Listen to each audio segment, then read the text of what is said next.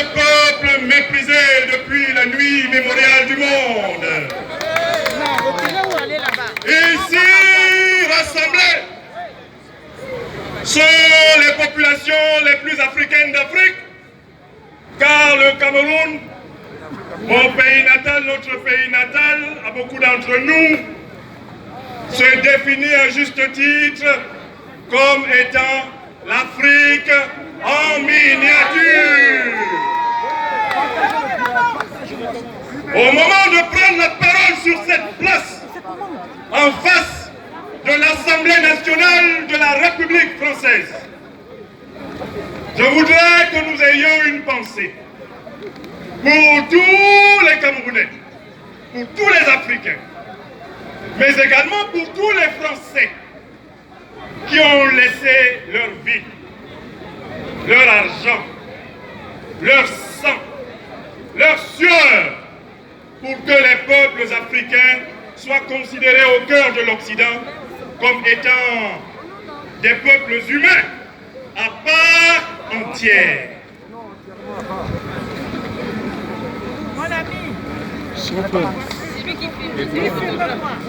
Oui, la manifestation que nous tenons ce jour en face de l'Assemblée nationale de la République française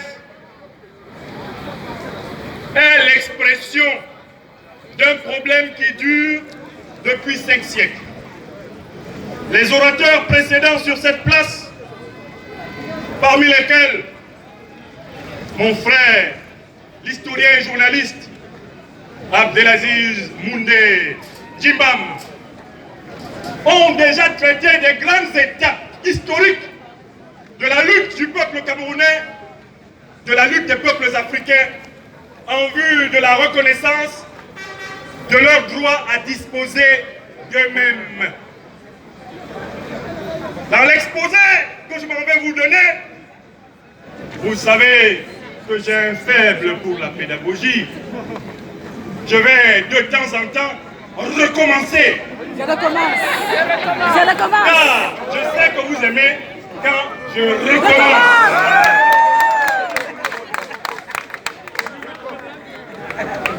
Oui.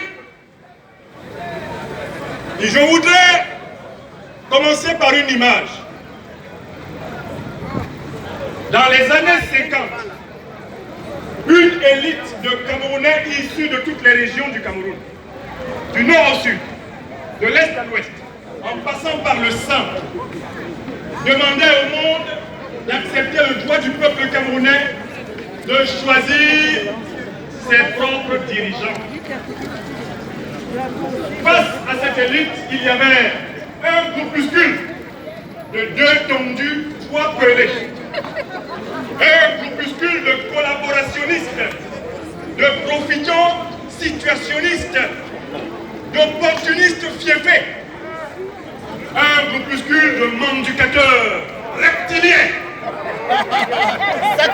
Qui, quant à eux, disaient ceci à la République française: nous ne sommes pas prêts à être indépendants. On souhaiterait que vous étaliez l'indépendance sur 100 ans, 150 ans, 250 ans et même un millénaire.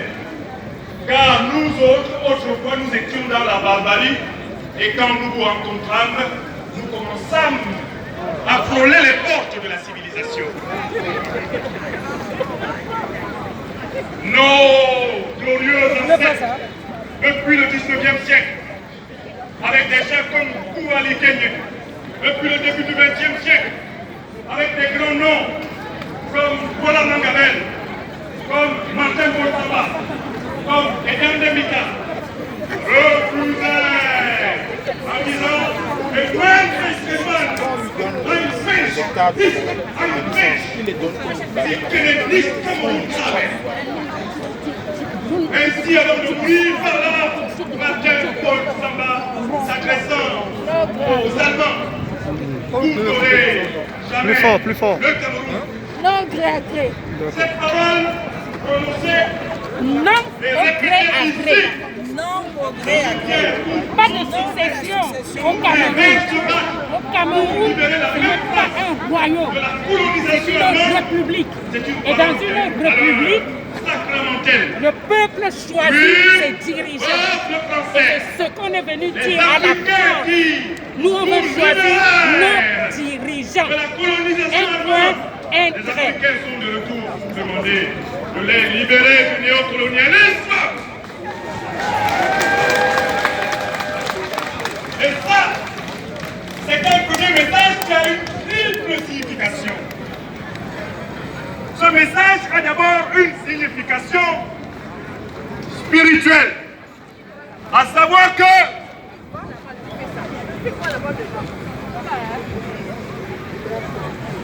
il n'y a pas de sous-homme sur cette terre. Les gens le disent en Amérique, mais depuis des millénaires, partout sur la terre, les hommes disent que toutes les vies comptent, que toutes les personnes humaines comptent. Nous n'avons pas eu besoin de devenir chrétiens. Nous n'avons pas eu besoin de devenir musulmans. Nous n'avons pas eu besoin de parler français ou anglais pour savoir que nous étions des hommes. Ce que demande le peuple camerounais depuis 60 ans, ce que demandent les peuples africains depuis 5 siècles, ce n'est pas de prendre la place des puissances occidentales, c'est simplement d'assumer leur place dans l'histoire mondiale. Je recommence.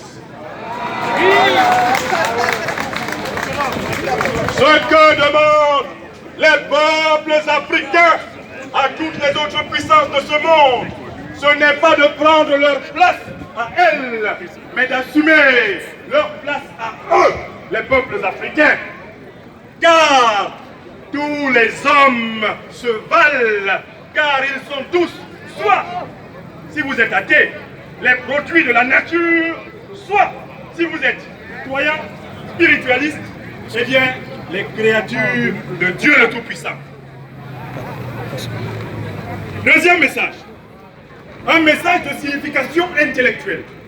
Nous demandons à la République française et à toute l'élite française, qu'elle soit blanche, noire, jaune, arabe, verte, bleue, rouge, marron ou je ne sais de quelle couleur, nous leur demandons de réouvrir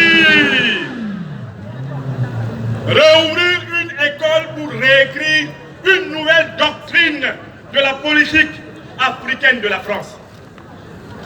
Qu'est-ce que c'est que la doctrine de la politique africaine de la France, me demanderez-vous?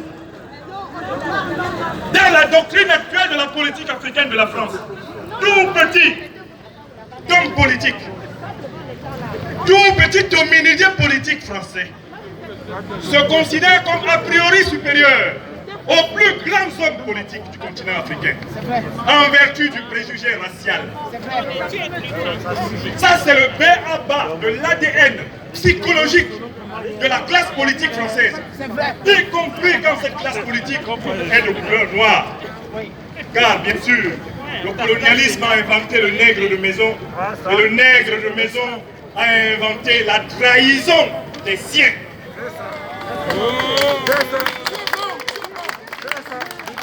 Nous demandons à la puissance française d'aller chercher les meilleurs intellectuels de la France et de les comparer sur 3000 ans aux meilleurs intellectuels de l'Afrique.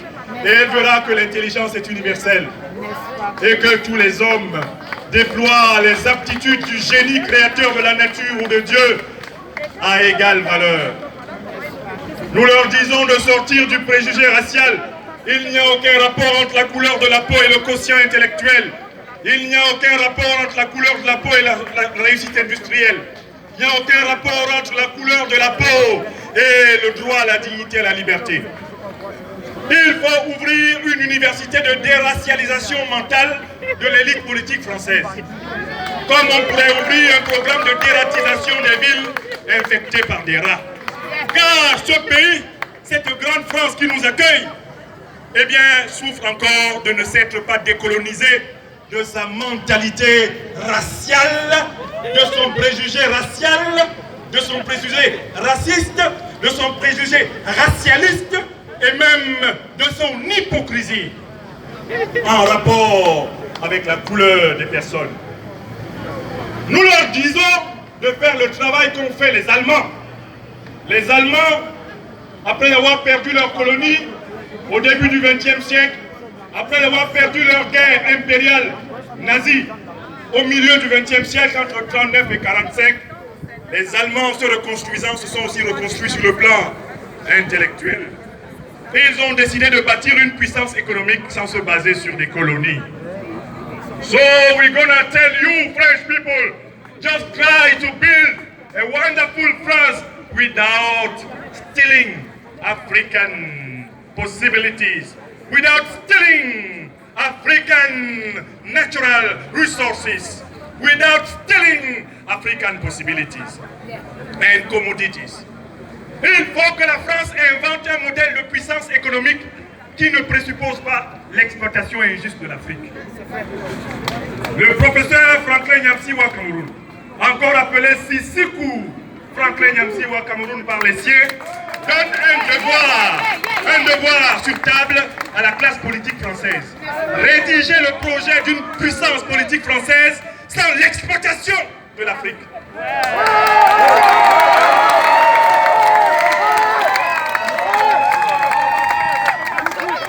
La racine des problèmes que l'Afrique francophone connaît est à la racine un problème intellectuel et spirituel de l'élite politique française. Laquelle élite ne s'est pas préparée mentalement à aller à la compétition du monde sans l'exploitation injuste d'une partie du monde.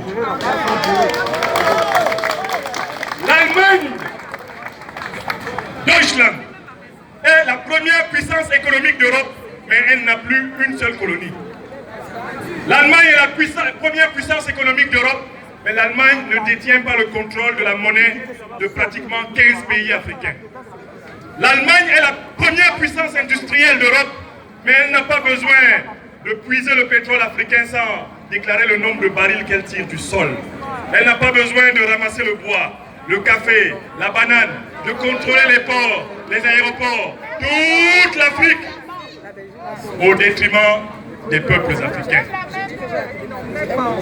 Nous demandons et nous donnons un devoir de classe à l'élite politique française de tous les bords, de droite, de gauche, du centre, de l'extrême droite et de l'extrême gauche.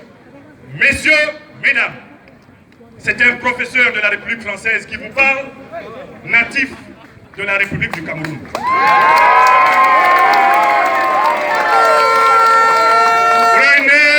Et notez bien ceci, nous vous demandons de concevoir l'avenir de la puissance française sans la spoliation de l'Afrique.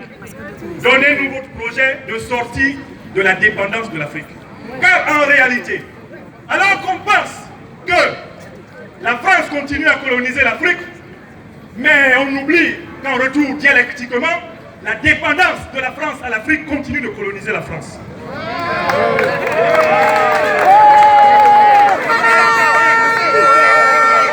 Ce qui veut dire qu'il y a un lien entre le maître et l'esclave.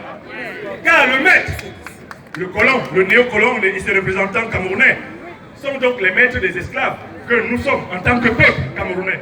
Mais de l'autre côté, eh bien, comme ils ont besoin de nous pour continuer d'être maîtres, ils sont donc aussi nos esclaves. Et voilà comment le maître est donc l'esclave de l'esclave.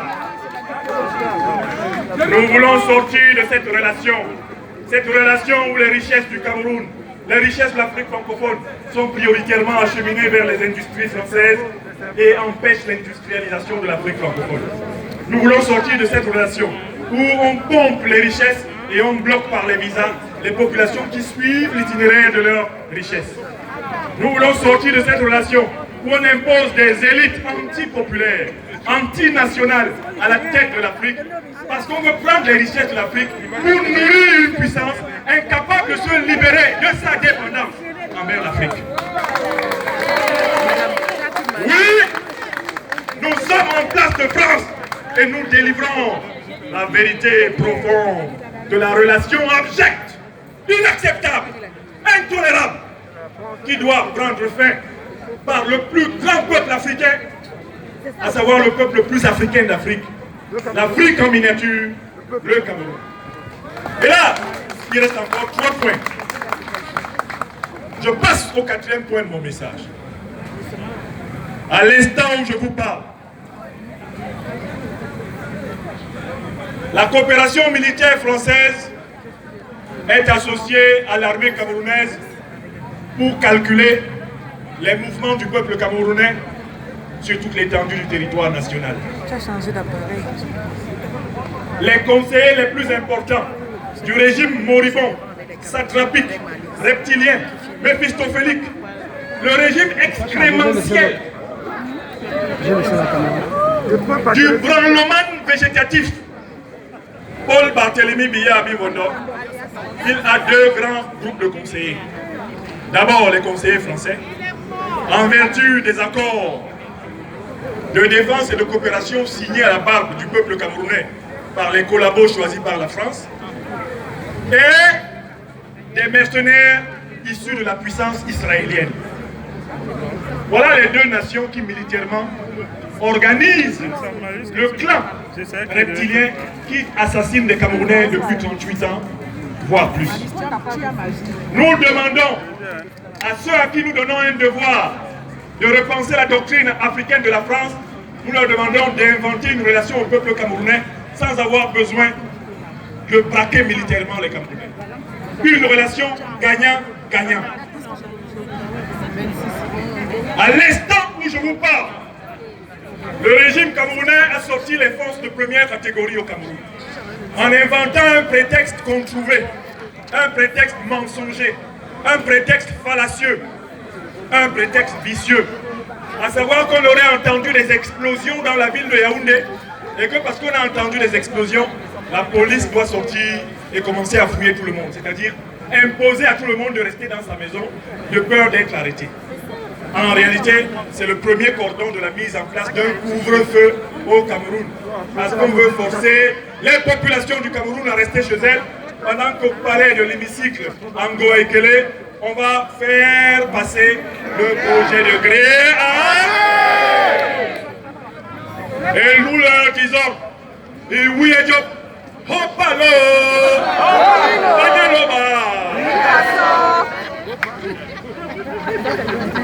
nous leur disons, par le Dieu de nos ancêtres, cette fois-ci, n'essayez pas. Ils ont dit qu'il y a eu des explosions à Yaoundé. Personne des habitants de Yaoundé n'a entendu une explosion. Donc ils ont inventé des explosions imaginaires pour sortir des forces de police réelles contre la population. Ils se préparent à organiser même des vraies explosions eux-mêmes pour justifier la sortie de la gendarmerie. Et d'autres explosions pour sortir l'armée, bloquer tout le monde dans la maison et faire passer le gréement. Nous leur disons Babou. Nous disons Gang. Nous disons Hopata. Nous disons quoi? Nous disons quoi? S'ils veulent nous avons dit non en 250 langues qui viennent. À l'heure où je vous parle, le parti politique au pouvoir au Cameroun a accepté ce que le président élu du peuple camerounais avait démontré depuis plusieurs mois, à savoir la vacance de la présidence de la République. Les hauts cadres du RDPC sont sortis et ils ont dit, nous-mêmes on sait que le type là n'est plus là. Le dernier en date, un certain Saint-Éloi Bidou, a dit que pour qu'on dise que quelqu'un est mort, il faut que deux conditions soient remplies.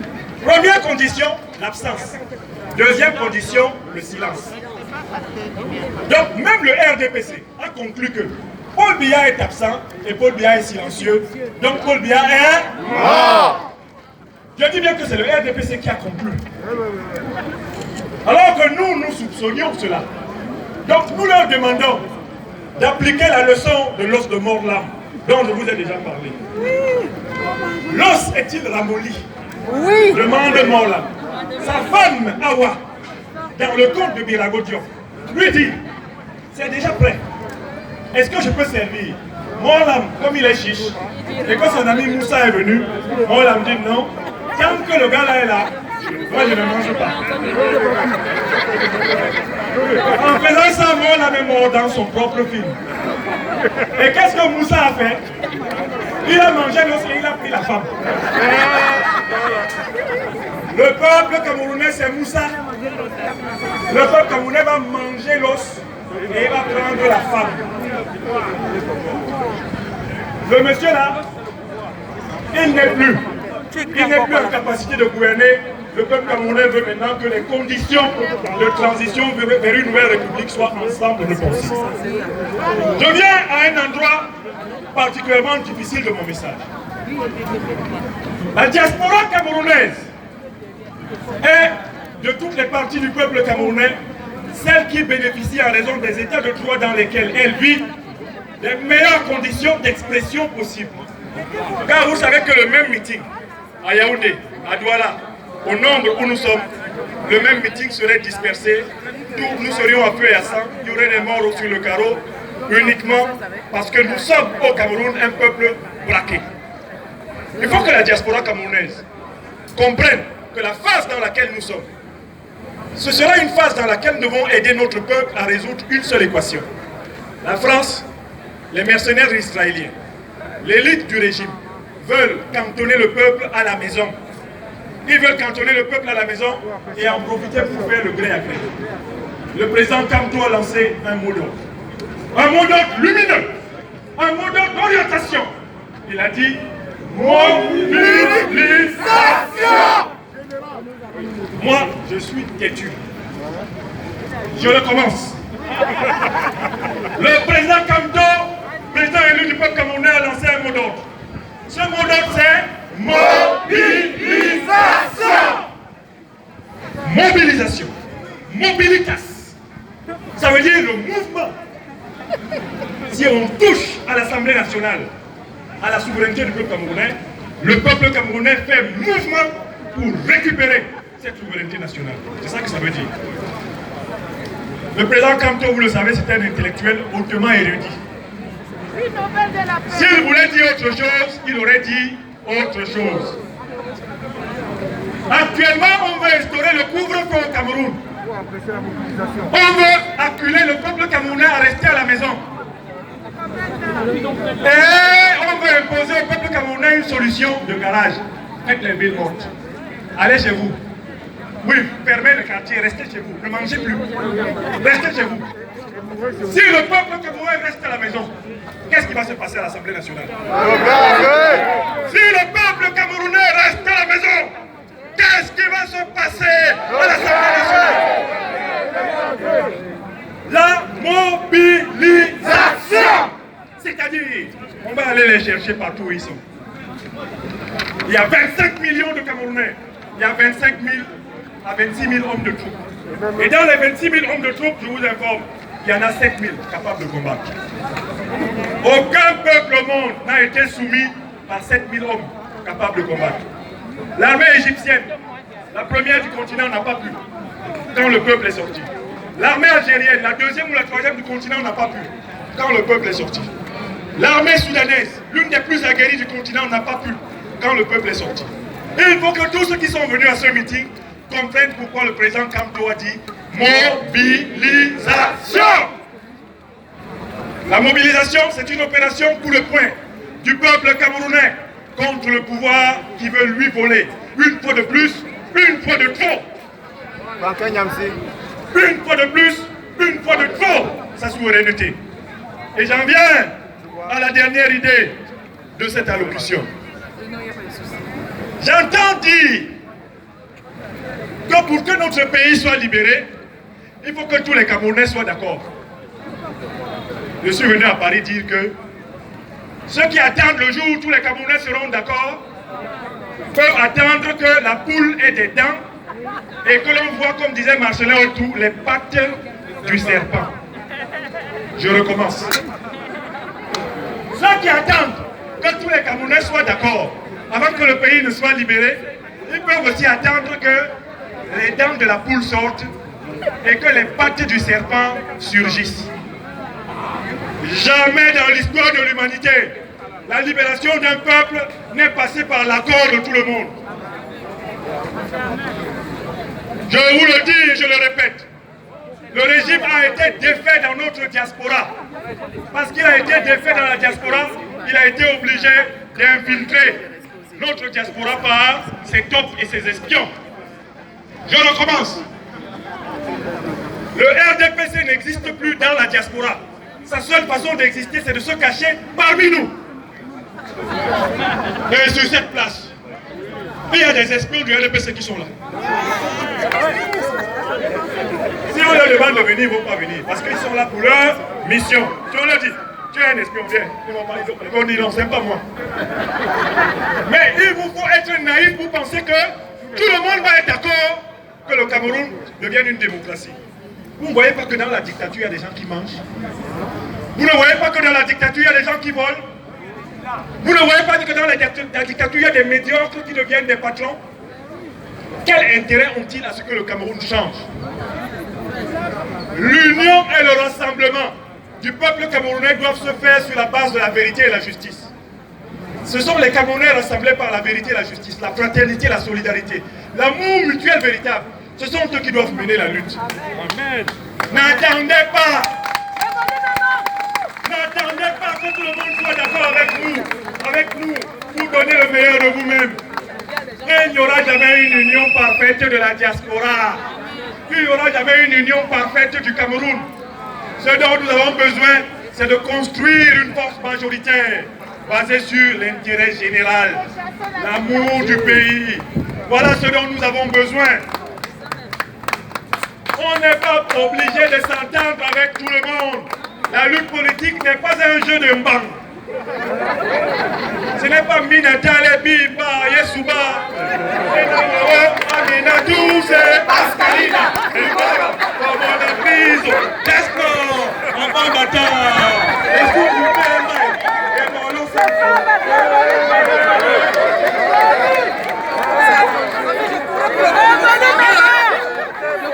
La lutte politique, c'est un conflit autour d'idées et de visions de la société qui ne sont pas les mêmes. Quand on commence à faire de la politique, on prend conscience de la vision, on défend sa vision et on combat ceux qui ont la vision contraire. Il y a deux visions au Cameroun. Le peuple a inventé deux mots pour ça. Le mot sardinat et le mot tontinat. Le sardinat, c'est le corrompu, le voleur, le paresseux, le brutal, le violeur, le feignant, le jaloux. Et il est de toutes les ethnies du Cameroun. Oui! Parce que le piège qu'on nous tend, c'est de vouloir dire que sardinat, ça veut dire une ethnie. Tontina, ça veut dire une ethnie. Donc la politique n'est qu'un conflit entre les ethnies. Nous leur disons, mais bi minorité. Et là on a résout. Les Béti Boulou sont mes frères. Les Bamileke sont mes frères. Les Foulbé sont mes frères. Les Bagenda sont mes frères. Tous les Camerounais sont mes frères. Si tu n'es pas d'accord avec ça, tu es du temps d'en face. Non, tu vas pas beaucoup. C'est un combat. Tu vas pas beaucoup. Tu es un sardinat. Tu vas pas beaucoup. Le tontinat, c'est celui qui travaille. C'est celui qui cultive le mérite, la persévérance, la justice, l'amour de la vérité, l'acceptation de tous les autres dans leurs différences, les différences tolérantes. Le tontinat, c'est celui qui veut que le pays soit bâti sur l'excellence. Et le tontinat, c'est celui qui ne veut pas qu'il y ait deux sortes de Camerounais, les allogènes et puis les autochtones, dans le même pays. Les mêmes gens qui viennent de la nationalité française ici, les mêmes gens qui votent pour Anne Hidalgo, dont les parents étaient espagnols, et qui rentrent à Douala pour dire que, hey, tu viens d'où? De Bafoussam, tu ne peux pas être maire à Douala. Les mêmes gens qui rentrent à Yaoundé. Tu veux être maire de Yaoundé, tu es originaire de Garoua, tu ne peux pas être maire à Yaoundé. Ce sont nos adversaires politiques. Et il faut les combattre. Et il ne faut pas chercher à faire ami-ami avec eux. Parce que c'est dans ami-ami que le mouton est devenu con. Trop bon, trop con. Si vous vous amusez à fermer les yeux sur les manœuvres des sardinats, qui vont vous ensardiner et la lutte va se retrouver une fois de plus à zéro. Le président élu du peuple camerounais, professeur Maurice Kamto, représente l'excellence de la vision que j'appelle ici la vision tontinale, la république de la compétence, la république du mérite, la république anti-tribaliste, la république intégrale, la république du droit, la république de la qualité de langage, la république du respect de la différence. Nous nous battons pour cette vision. Donc nous ne pouvons pas faire bêtement ami-ami avec ceux qui sont opposés à cette vision et qui se glissent parmi nous. Reptiliennement, serpentinement, cancrelatement, reptiliennement, pourquoi? Et nous donner à croire qu'ils sont comme nous, ils sont pas comme nous. Qui n'a pas de sardinat dans sa famille? Voilà les questions qu'on doit poser. Est-ce qu'il n'y a pas de sardinat dans toutes nos familles? Maintenant, qui n'a pas de tontinat dans sa famille aussi? Est-ce qu'il n'y a pas de tontinat dans toutes nos familles? Tout est mélangé, tout est mélangé. Donc, sardinat et tontinat, ce ne sont pas des ethnies. Ce sont des catégories sociopolitiques élaborées par le génie du peuple camerounais. Alors, je conclus. Puissance française, c'est à vous que nous sommes venus nous adresser. Nous ne sommes pas venus déclarer la guerre à la France. La France a déjà fait la guerre au peuple camerounais. Entre 1955 et 1971, la France politique a assassiné de 500 000 à 1 million de Camerounais. C'est bon. À l'époque, il y avait 3 à 5 millions de Camerounais. Maintenant, il y en a 25 millions. Aucune troupe française d'Afrique ne peut combattre 25 millions de personnes. Nous sommes venus dire à la France, et certains d'entre nous sont en plus des binationaux, français, camerounais. Nous sommes venus lui dire, nous sommes fatigués, nous, diaspora camerounaise, d'entretenir notre pays en étant le ministère de la solidarité et des affaires sociales, à travers nos MoneyGram et nos Western Union exclusivement. Nous voulons participer au développement de notre pays de telle façon que nos frères et sœurs restés au pays soient capables de vivre dignement sur place. Et que ceux d'entre nous qui en ont encore le projet rentrent vivre dignement dans notre pays. Vous ne voulez pas de migration sauvage. Vous ne voulez pas d'invasion de la France par la mer et la Méditerranée. Libérez le Cameroun. Libérez. Vous ne voulez pas qu'une guerre civile au Cameroun pousse des millions de gens sur les routes et par ricochet envahissent les côtes de l'Europe. Libérez le Cameroun. Libérez. Libérez. Vous ne voulez pas que la haine s'installe dans les rapports entre les peuples français et africains en général, français et camerounais en particulier. Libérez le Cameroun. Libérez. Il y a donc un individu qui est à Yaoundé là-bas. Il s'appelle